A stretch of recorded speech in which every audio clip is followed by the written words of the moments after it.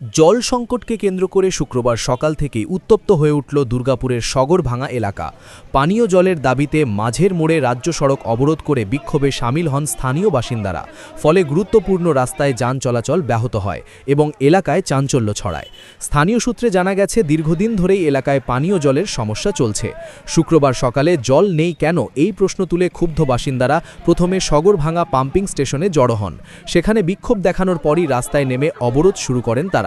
পরিস্থিতি সামাল দিতে ঘটনাস্থলে পৌঁছায় পুলিশ। তবে অবরোধ তুলতে গেলে বিক্ষোভকারীরা পুলিশকে ঘিরে ধরে ক্ষোভ দেখাতে থাকেন বলে জানা গেছে। উত্তেজনা আরও বাড়ে যখন এক স্থানীয় তৃণমূল কংগ্রেস নেতা ঘটনাস্থলে পৌঁছন। তাকেও ঘিরে ধরে বিক্ষোভ দেখান আন্দোলনকারীরা। বিক্ষোভকারীদের হুঁশিয়ারি,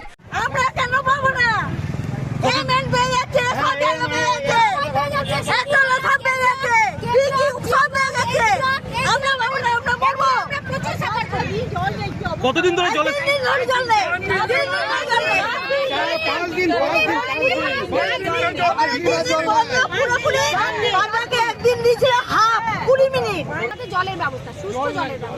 কতদিন ধরে জলের সমস্যা? কতদিন ধরে চলছে সমস্যা?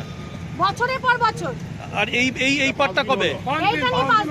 কতদিন বলা হয়েছিল জলের সমস্যা হবে? 2 দিন বলা হয়েছিল। নিয়ে তারপর কি বাকি ব্লকগুলো জল আছে? হ্যাঁ, ওই পাশের দিকে রয়েছে, ডাউনের দিকে রয়েছে, আমাদের আপের দিকে কোনো প্রকার দেয়নি। আর এখন বলছে জল নেই। আচ্ছা, এখন প্রশ্ন হচ্ছে যে আজকে দেখলাম একজন এসেছিলেন, এসে বলছেন তিনি দাবি করছেন তিনি সব ব্যবস্থা করেছেন, কি বলবেন? কোনো ব্যবস্থা করেনি, কেউ কোনো ব্যবস্থা করেনি। একমাত্র একজনই ব্যবস্থা করেছে, আমি নামটা বলছি, কিছু মনে করবেন না, আমি কোনো রাজনীতিওয়ালা, সে আমাদের পাশে থাকে শঙ্কর মুন্সি, ছাড়া কেউ কোনো প্রকার কোনো ব্যবস্থা করেনি।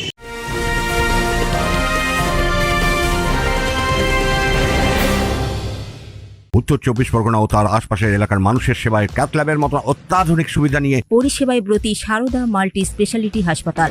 একই ছাদের তলায় মানুষ সাধারণ চিকিৎসা থেকে শুরু করে 24 ঘন্টা ক্যাথল্যাব, এমআরআই, সিটি স্ক্যান, এনআইসিইউর মতো সুবিধা এবার থেকে পেয়ে যাবেন সারদা মাল্টি স্পেশালিটি হাসপাতালে। প্রয়োজনে যোগাযোগ করুন 033-2592-0730, 2593-0730, 2593-3562 ও 9331275635 নম্বরে। আমাদের ঠিকানা Royal Park, Kalyani expressway, Barrackpore, Kolkata 7,01,021। Sarada multi speciality হাসপাতাল, পরিষেবাই হোক আমাদের মূল লক্ষ্য।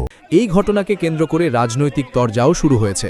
জেলা তৃণমূল কংগ্রেসের সহসভাপতি স্বপন বন্দ্যোপাধ্যায় অভিযোগ করেন, বিপিএল কর্তৃপক্ষ এ ব্যাপার নিয়ে এরা কোনো চিঠি চাপাটি করেছে কিনা আমার সন্দেহ আছে, এবং বিপিএলকে যেভাবে বলা উচিত, যেভাবে চাপ দেওয়া উচিত, বিকল্প ব্যবস্থা কি হবে সেটার জন্য ওদের কি করণীয় আমার মাথায় আসছে না। না, কোথায় যাচাই এবার সেই জায়গায় দাঁড়িয়ে ওরা এসডিওকে ইনফর্ম করে সেটা বলে দাও। এখানে আজকে মহিলারা ভীষণভাবে কষ্ট পাচ্ছে, বাথরুমে যাওয়ার এক জল পাচ্ছে না তারা।